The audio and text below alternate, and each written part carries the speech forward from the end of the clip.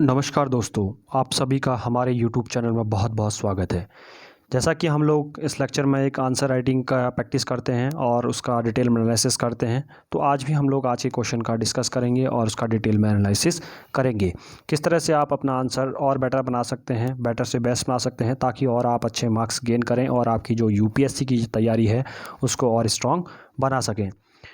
और हर एक video lecture के अंदर जब भी हम आंसर राइटिंग के लेक्चर्स बनाते हैं हम लोग, तो उसमें आपको मैं कुछ ना कुछ नया बताता हूँ, कुछ डायरेक्टिव वर्ड्स बनाता हूँ कि किस तरह से एक डायरेक्टिव वर्ड क्वेश्चन के अप्रोच को चेंज करता है।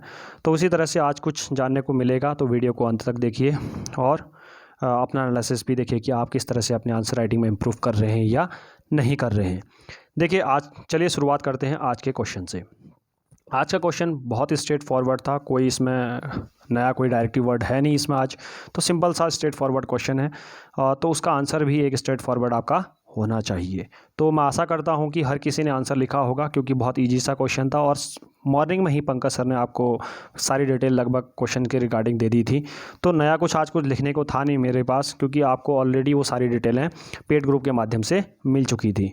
तो सभी ने आंसर लिखे होंगे, जिसने आंसर लिख रखे हैं मैंने सबके आंसर क्वेश्चन पढ़े हैं और मैं उसमें बताऊंगा कि आपने क्या क्या इसमें इम्प्रूवमेंट कर सकते हैं और आपने आंसर को और बेटर बना सकते हैं। बहुत लोगों ने अच्छे आंसर लिख रखे हैं और बहुत लोगों को जिन्होंने अच्छे आंसर लिखे हैं उनको भी हल्का इम्प्रूवमेंट करने की ज़रूरत है। और मैं बताऊँगा वो पॉइंट्स आप याद रखें और आगे वाले जो क्वेश्चंस आएंगे तो उसमें और अच्छा बेटर आंसर आप लिखें।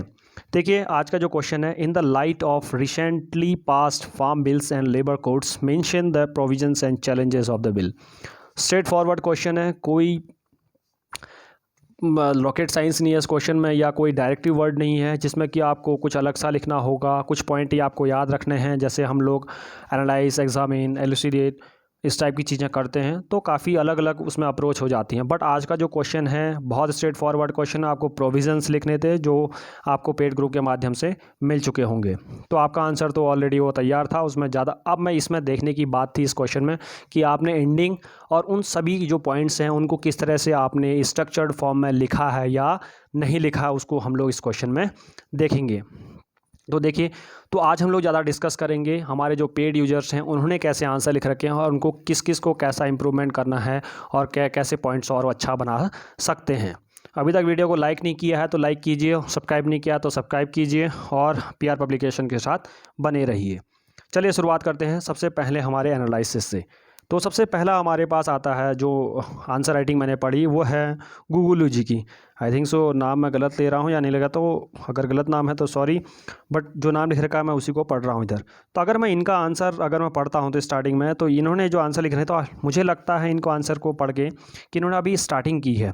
तो सर गुगुलू जी, आप सबसे पहले हमारा आंसर राइटिंग जो करने का तरीका है वो पंकज सर ने जो वीडियो बना रखी है उसको ज़रूर देखें, आपको बहुत कुछ उसमें से जानने को मिलेगा और आप आंसर राइटिंग और अपनी बेटर बना सकते हैं। क्योंकि आपने अगर जो आंसर राइटिंग कर रखी है तो मुझे लगता है कि आप अभी इसमें स्टार्टिंग कर रहे हैं, अच्छी बात है, आप अभी स्टार्टिंग कर रहे हैं, तो बहुत सारी चीज़ें हैं आपको जानने को मिलेंगी। क्योंकि आपने इस क्वेश्चन में अभी तक आपने कोई इंट्रो नहीं डाल रखा है, तो उसमें इंट्रो की काफ़ी ज़्यादा ज़रूरत थी। इसमें फार्म बिल को आपने एक्सप्लेन किया है बट उसके प्रोविजंस लिख रखे हैं, राइट। इस तरह से आप तो सबसे पहले बार प्रॉब्लम एंड चैलेंजेस लिख रखे हैं, तो इंट्रोडक्शन आपने नहीं डाल रखा, तो आप इसको ज़रूर डालें। और चैलेंजेस लिख रखा है, इसका कोई आपका वे फॉरवर्ड नहीं है, इसका सॉल्यूशन नहीं दे रखा है, आपने बहुत सारी गलतियां इसमें कर रखी हैं। अगर आप स्टार्टिंग की है आपने आंसर राइटिंग की तो बहुत अच्छा है, आप इसी तरह से आगे बढ़ें। और मैं रिकमेंड करूंगा कि पंकज सर के द्वारा जो वीडियो बनाई गई है आंसर राइटिंग के लिए, जीएस में किस तरह से आप आंसर राइटिंग कर सकते हैं, उनको ज़रूर देखिए। और पर डे के जब उस वीडियो को आप देख लें तो पुरानी जो आंसर राइटिंग मैंने करवा रखी हैं या एनालिसिस जो मैंने कर रखा है, तो उसमें आप उसको ज़रूर देखें। ये थे हमारे गुलू जी का। अब हमारे देखते हैं लिपिका जी, जो पर डे हमारी यूजर्स हैं, जो पेड यूजर्स में आती हैं, वो काफ़ी हर पर डे आंसर लिखते हैं। ये कुछ ऐसे नाम हैं जो मुझे याद हो चुके हैं कि कौन कौन से लोग जो हैं अच्छा आंसर राइटिंग रोज़ करते हैं, मीन्स अच्छा आंसर राइटिंग के साथ साथ पर डे आंसर राइटिंग करते हैं। अगर मैं इनके देखूँ तो इन्होंने जो स्टार्टिंग कर रखी है, ठीक है, इंट्रोडक्शन हर किसी ने दे रखा है, बढ़िया इंट्रोडक्शन दे रखा है, प्रोविजंस ऑफ बिल।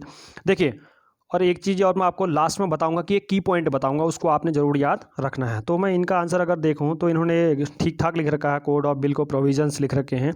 जो डायरेक्टली क्वेश्चन की मांग है उसके बारे में बता रखा है इन्होंने, क्योंकि क्वेश्चन में है mention the provisions and challenges of the bill के बारे में पूछ रखा है। तो इन्होंने सबसे पहले प्रोविजंस के साथ शुरुआत की है और प्रोविज़न इन्होंने बता दिया। बट इसमें क्या है, इन्होंने लिपिका जी ने आई थिंक सो मैसेज भी किया था कि सर मैं कोडिक बिल के बारे में लिख नहीं पाई उसके बारे में। तो मेज़र टू बी टेकन, देखिए इन्होंने क्या कर दिया, मेज़र टू बी टेकन। तो ये हो सकता है इस मेंशन में अगर आप इसमें सॉल्यूशन दे देती प्लस हल्का सा वे फॉरवर्ड के साथ क्वेश्चन को एंडिंग करती तो आपका आंसर जो है और बेटर बन सकता था। आप दे रखा है in the recent economic times pandemic not government balance right workers many things you have written, but इसको और आप बेटर बना सकती थी। इसमें आप अपने जो reforms major to be taken इसमें और बड़ा अच्छा बना सकती थी, अच्छे सॉल्यूशन आप दे सकती थी, तो एग्जाम्पल दे सकती थी और बेटर। तो आप इसमें इम्प्रूवमेंट कीजिए। अब मैं देखता हूँ आकांक्षा जी का, इनका जो आंसर रहता है काफ़ी नीट एंड क्लीन, मुझे बहुत अच्छा लगता है। काफ़ी ठीक ठाक अच्छा आंसर लिखती हैं ये। सबसे पहले इसके इन्होंने जो इंट्रोडक्शन है हर किसी ने लिख रखा है, इनको इंट्रोडक्शन में मुझे कुछ कहने की ज़रूरत नहीं है। फार्म बिल, इनका जो आंसर लिखने का तरीका था, इन्होंने बहुत माइन्यूटली जो छोटी सी चीज़ करी है, इन्होंने क्या कर दिया है, एक फ्लो चार्ट मीन्स मोनोटोनी को तोड़ दिया है। जो एग्जामिनर होता है उसकी मोनोटोनी रहती है, मीन्स अगर आप एग्जामिनर के सामने रोज़ पर्टिकुलर पॉइंट प्रोविज़न इस तरह से लिखें तो क्या एग्जामिनर बोर हो जाता है आपके आंसर से कि हाँ यार हर किसी में ऐसा लिख रखा है, तो ज़्यादा वो ध्यान नहीं देता आपके आंसर पे। देखिए आपने क्या कर रखा है, मोनोटोनी तोड़ दिया, फिर एक फ्लो चार्ट के एक छोटा सा अलग सा दिखा के क्या कर दिया, एग्जामिनर को एक थोड़ा सा अट्रैक्ट करने की कोशिश की है कि आप मेरे आंसर को पढ़िए, मैं कुछ थोड़ा डिफरेंट आपको दिखा सकती हूँ। पॉइंट्स के बारे में बात करता हूँ तो पॉइंट्स लगभग सब किसी के सेम होते हैं। इन्होंने भी मेन प्रोविजंस ऑफ फार्म भी लिख रखा है। सेकेंडली जो सेकंड वाला पॉइंट है उसको देखिए, यहाँ पर क्या कर सकती थी, जो main provisions of farm bill के बारे में लिख रखा है, पॉइंट है थर्ड पॉइंट है सिंपली, तो उन्होंने पॉइंट तो ऊपर लिख रखा है। देखो टाइम सेव करने की कोशिश की इन्होंने, बहुत मुझे अच्छा लगा कि इन्होंने नाम ना लिखते हुए ऊपर टाइम ऊपर नाम पहले ऑलरेडी बता दिए और नीचे पॉइंट वाइज में डाल दिया। This is a good initiative, बहुत अच्छा लिख रखा आपने, इस तरह से कर सकते हैं आप अपना टाइम सेव। देखिए आंसर लिखना इज़ गुड थिंग, बट उसके साथ साथ जब आंसर राइटिंग आप कर रहे हो तो उसमें टाइम सेविंग आप किस तरह से अपना आंसर और बेटर बना सकते हैं, प्लस उसके साथ कितना आप बचा सकते हैं अपना टाइम। मीन्स अभी आपको कोई सरल क्वेश्चन मिला है, बहुत इजी सा क्वेश्चन है आपको, तो उसमें क्या है टाइम वेस्ट करने की ज़रूरत नहीं है, उसमें आप टाइम सेव कर सकते हैं। और बहुत सारे ऐसे क्वेश्चन के साथ आप इंटरेक्ट होंगे जिसमें काफ़ी ज़्यादा टाइम लगता है, क्योंकि आपको वो क्वेश्चन आप कुछ नया होता है जिसमें आपने कुछ पढ़ा नहीं होता है या हल्का कुछ पढ़ा होता है, याद नहीं आता, पॉइंट्स नहीं बन पा रहे होते हैं, तो उनके लिए टाइम कैसे सेव कर सकते हैं ये कुछ इसमें से जानने को आपको दिख रहा होगा। क्योंकि इन्होंने मोनोटोनी के साथ साथ एक तो फ्लो चार्ट दे रखा है, प्लस क्या है अपना टाइम सेव करने के लिए उसको दोबारा वो नाम नहीं लिख रखे हैं। चैलेंजेस के बारे में बात करूं तो आज का आंसर के लिए चैलेंजेस इंट्रोडक्शन सारा कुछ पंकज सर ने दे दिया था, तो इसमें ज़्यादा कुछ देखने को नहीं मिलता, पॉइंट सारे सेम ही दिखते हैं।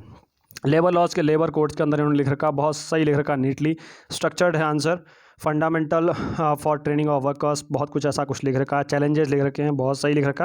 और लास्ट में वे फॉरवर्ड के साथ क्वेश्चन को एंड किया है, और जो इनका हाईलाइट करने का तरीका है क्वेश्चन को बहुत सही लिख रखा है इन्होंने। तो इनके क्वेश्चन में मुझे कुछ ज़्यादा कुछ देखने को मिलता नहीं है, कोई गलतियाँ नहीं है, छोटी सी इन्होंने यूज कर रखा है। मोनोटोनी को छोड़ रखा ऑथर की, एग्जामिनर की, वो अच्छा मुझे लगा। अब इसके बाद है अमर सिंह, जो हमारे डेली के बेसिस पर आंसर लिखते हैं और बहुत अच्छा आंसर लिखते हैं। इन्होंने भी कुछ ऐसे लिख रखे हैं, बट अमर सिंह जी से मैं ये कहूँगा कि जब भी कभी भी 250 मार्क्स का जो क्वेश्चन आए, कभी भी अमर सिंह या हर किसी के लिए ये मेरी एक छोटा सा पॉइंट आप ले सकते हैं, ट्रिक ले सकते हैं कि जब भी 250 मार्क्स का कोई भी क्वेश्चन आए तो उसमें आपने क्या करना है कि कोई एग्जामिनर की मोनोटोनी को तोड़ना है और अपना टाइम को सेव करने के लिए flow charts, diagram, pie charts इसका यूज कर सकते हैं। देखिए हर क्वेश्चन में यूज नहीं करना है इसको, ऐसा करना कि 250 मार्क्स का जो क्वेश्चन आता है, मेनली अगर 250 मार्क्स के क्वेश्चन है उसमें 3 में आप इस टाइप के फ्लो चार्ट यूज कर सकते हैं, जिससे कि आपका टाइम सेव हो और आपको अदर क्वेश्चन नहीं के लिए जो हार्ड क्वेश्चन है उसके लिए टाइम मिल जाए और आप अपना ईजिली कम टाइम में अपना क्वेश्चन पेपर ख़त्म कर पाएँ। अमर सिंह ने प्रोविजन सारे सेम लिख रखे हैं हर किसी ने, तो ज़्यादा मुझे नया कुछ जानने को इसमें मिला नहीं। नीटली है, रिवाइज्ड है और वे फॉरवर्ड के टाइम में इन्होंने क्वेश्चन को ख़त्म कर दिया है, मुझे अच्छा लगा, काफ़ी नीट एंड क्लीनली इससे रिप्रेजेंट किया है। निवेदिता, इन्होंने भी कुछ ऐसा ही लिख रखा है, इन्होंने इंट्रोडक्शन दे रखा है। फार्म बिल इन्होंने बिल्कुल आकांक्षा की तरफ लिखने की कोशिश की है, लिखने की तरफ नहीं, बिल्कुल इस तरह से ही लिख रखा है, लगभग की प्रोविजंस टाइम सेव कर रखा है इन्होंने भी, ठीक है। एग्जामिनर की जो मोनोटोनी है उनको भी तोड़ रखा है और बहुत अच्छा आंसर लिख रखा है इन्होंने। और प्रोविज़न तो सारे कुछ आज के जो जितने भी प्रोविज़न थे वो सारा कुछ आपने देख सकते हैं कि सेम ही था। और शिवा जी ने लिख रखा है, शिवा से मैंने काफ़ी कुछ इनके आंसर मैंने पढ़े हैं। शिवा ने बहुत अच्छा आंसर लिख रखा है। शिवा, काफ़ी ज़्यादा इंप्रूवमेंट दिख रहा है आपके आंसर में, और इसको और इम्प्रूव करने की कोशिश कीजिए। फार्म बिल के प्रोविजंस हैं, आपने फार्म बिल्स 2020 इसको एक कंबाइंड फॉर्म में लिखें ज़रूर। पहले बिल्स को एक्सप्लेन करें, राइट, बिल्स को एक साथ एक्यूमुलेशन करके उसके बाद उसके चैलेंजेस, उसके बाद उसके सॉल्यूशन और वे फॉरवर्ड के साथ अपने आंसर को ख़त्म कर सकते हैं आप। और सिमिलरली आपने क्या अलग अलग लिखने की ज़्यादा ज़रूरत है नहीं। और ये हमारे हैं हीराल सोलंकी जी हैं हमारे, इन्होंने भी आंसर लिख रखे हैं। Main provision directly straight forward question था आज का। सिंपली आपने क्या करना है, प्रोविजंस और चैलेंजेस लिखने थे। लेबर कोड बहुत सही से रिप्रेजेंट कर रखा है, ये मुझे अच्छा लगा। और इसमें और टाइम सेव किया जा सकता था आप, और जो प्रोविजंस और बिल है उसमें और फ्लो चार्ट थोड़े से हल्के से पाई चार्ट्स दिखा सकते थे, वो अच्छा है after getting through the provision.